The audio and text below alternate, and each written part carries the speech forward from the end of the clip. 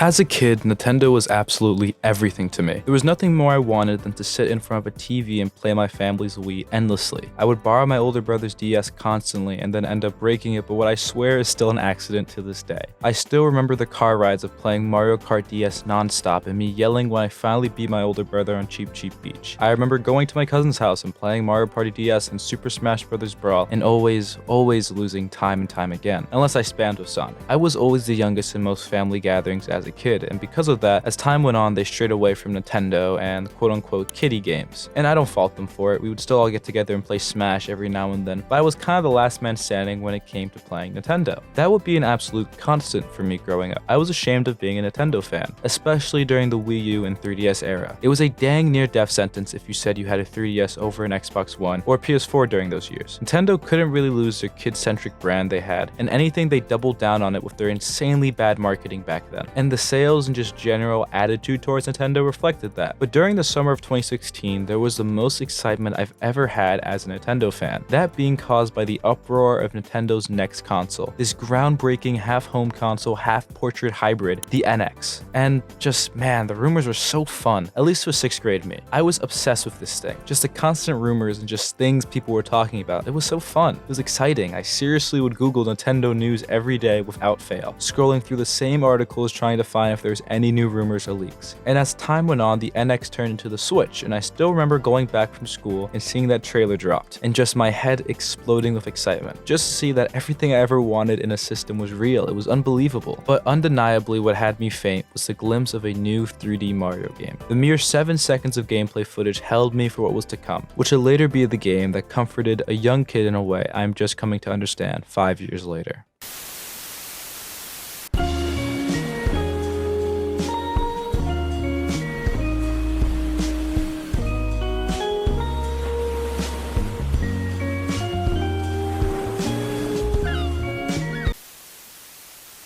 To get this out of the way, this video isn't necessarily a full-depth review, nor it is a retrospective. It's more or less somewhere in between, hence the name. But with that said, consider this your spoiler warning for everything in this game front to back.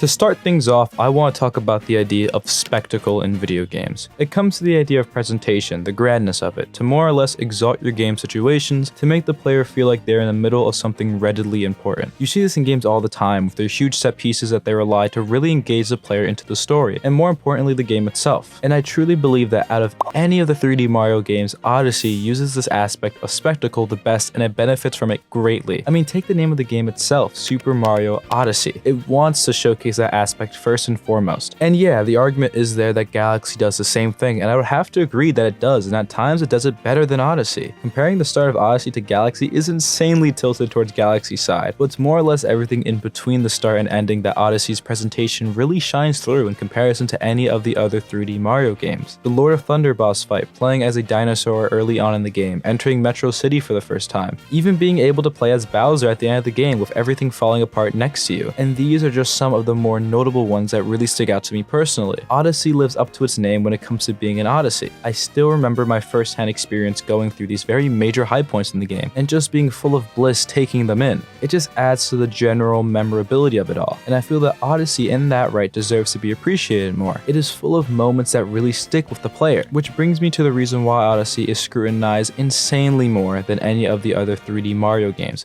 which is padding. And my god, playing this game over again really shows how padded it is. Which I mean I can't really argue against. It is indefensible how many moons are copied and pasted in each kingdom. It really was a jarring thing I noticed. But ironically enough, I always felt that I didn't have to repeat the same things over and over again through a more casual playthrough. But it does become a real issue the second you really want to 100% the game or experience any of the post-main story content. If you simply just end the game after defeating Bowser, you will not feel much, if any, of the padding in the game sincerely. Which I mean isn't really a good thing, but it's just a fact of the matter. But besides the padding, the game is insanely fun. Even with its difficulty being questionable at times, it makes up for it with its sharp and precise movement being second to none in a Mario game. Its camera is just perfect too. I don't think I ever got frustrated or had issues with it once with it being fully freeform. It works like a charm. Cappy is such a fun addition to the gameplay loop, even if you will be doing the same combination of jumps with him, that being the jump, throw, dive combo. It never really gets old to me. Saving watching yourself from a bad jump with Cappy feels fun, and I really can't ever get enough of it. Which brings me to something I didn't think I'd enjoy as much, which was the game's implementation of motion controls. Even with the fact that it's weird that they held certain actions exclusively to motion controls, it doesn't bother me as much, as I feel the motion controls are implemented in a way that doesn't feel forced. At the moments you do use it, it's fun and precise. It's just a common aspect of Odyssey that really hooks me. It's consistency and just fun and precision. Even with the gimmick of the game being the possessions, they all control well. They aren't janky, and more or less they're pretty fun to mess around with and get moons with them. Each environment has interesting things to possess, and just generally speaking, I really do find each kingdom full of personality, with a wide range of wacky, just differently styled NPCs. From uncomfortably realistic people to sentient vegetables, they are also out there but never really feel out of place within Odyssey. Not to mention how genuinely gorgeous this game looks on Switch, with its art direction really finding its stride. Odyssey absolutely nails it with their environments, but even with that said, I do feel like they limit themselves with how far out there they get conceptually with each kingdom. The names especially are just too plain and basic and don't really give each kingdom their worth. Like, looking at concept art and seeing the ideas they had for certain kingdoms just bothers me. The wasted potential to make these kingdoms even more unique and memorable. It is the one region of Odyssey that really misses its mark to hit a home run on. But something it doesn't miss its mark on is the extra small stuff that really makes Odyssey that much more fun and differentiates itself from other 3D Mario games. Like all the cosmetic outfits, for example, something I don't really think anyone wanted or even needed, but are just a fun side thing that encourage the player to actually grab coins or kingdom coins. I really enjoy the callbacks they make too, especially with the late game costumes that are available to you. The invisibility suit, the skeleton suit, the Mario 64 suit, just to name some of my personal favorites that aren't necessary at all, would just add that much more to the game and feel like genuine rewards for playing the game. Another small but significant piece of content are the mini games Odyssey has, most of them being used for padding moons, but honestly in this unique case I don't really mind them just because of how much fun they are. The parkour races, jump roping, the RC car races, volleyball, the bound ball races, all these little mini games sprinkled throughout the game are just such enjoyable time killers that I found myself enjoying every time I played through them. And this isn't even mentioning the best minigame that Odyssey provides, that being Luigi's Balloon World. It is a glorified hide and seek essentially, full of nerds hiding balloons in no-clip areas, and I absolutely love it. Trying to figure out where the balloon is and using actual skills, movement, or just creative methods to get to the balloons in time is actually challenging and fun. And being the nerd who hides the balloon in the one spot you know no one could realistically get to is also fun within itself. It's a constant of small gameplay ideas adding so much to Odyssey's value.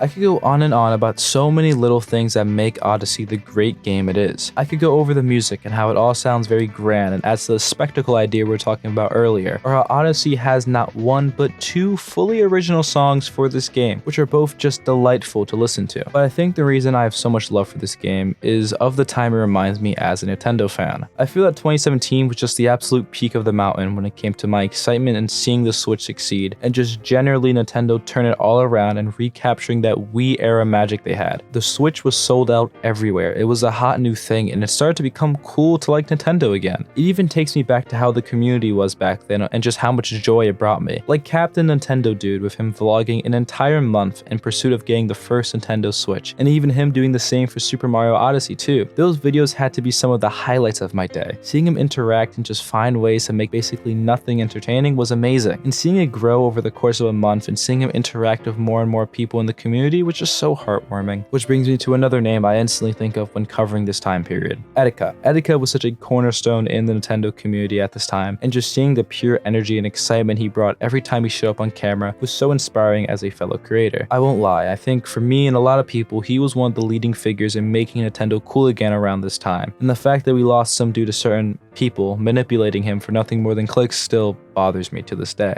When I was originally planning to make this video, I kept thinking of how I was going to write this super analytical review and how I disliked this and that, and try to be super precise on stuff I loved about the game, and I was pretty set on that going into my first playthrough in years. I came in with a very analytical eye, wanting to be really precise on how I felt, but not show too much emotion, and that's how I went throughout the playthrough. Writing notes down on stuff not aging as well as I remember, or certain moods being redundant or the pacing being off. But when it came to that festival mission in Metro Kingdom, I remember thinking how easy and boring it was getting all the band members, and how they really should have made it at least somewhat challenging, or how it would always kick you back to the stage room after getting a moon. But after getting all of them and starting the festival and hearing those trumpets, I just started to cry.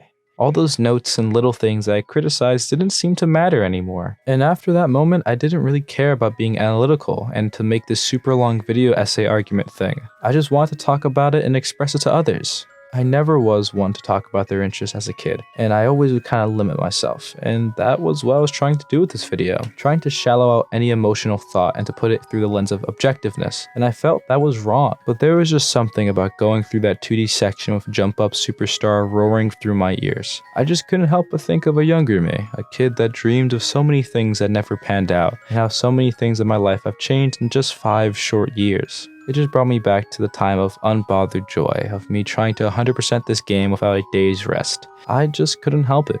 I got my Switch and Super Mario Odyssey the day after my 13th birthday. I still vividly remember going into that Best Buy hoping that they had the Switch in stock. I was super nervous too. I remember checking on my birthday that they had none in stock, and I was just hoping that I would get lucky and get the thing I wanted over anything in the world. I still remember that exact moment I saw it. I immediately grabbed it like nothing else mattered. And if I'm honest, in that exact moment, nothing did matter. Super Mario Odyssey isn't by all means a perfect game. There are so many flaws with it that I could have ranted about. It probably isn't even the best 3D Mario game. But whenever I hear that first trumpet, I can't help but think of a time when nothing truly mattered. Where school was simple and stress-free, when I didn't have a dead-end job, when my dream of being a YouTuber was nothing more than a daydream, and I would shy away from ever talking about my interests to anyone. Every time I play this game, I still feel connected to that little kid that I'll never be fully again. But I'm beyond grateful that at least, even for a moment, I can be 13 again, sitting in my room with my terrible wired headphones, running and jumping around as Mario with a hat that keeps bugging you about the most basic controls, having the time of my life, and to me, I think that's good enough.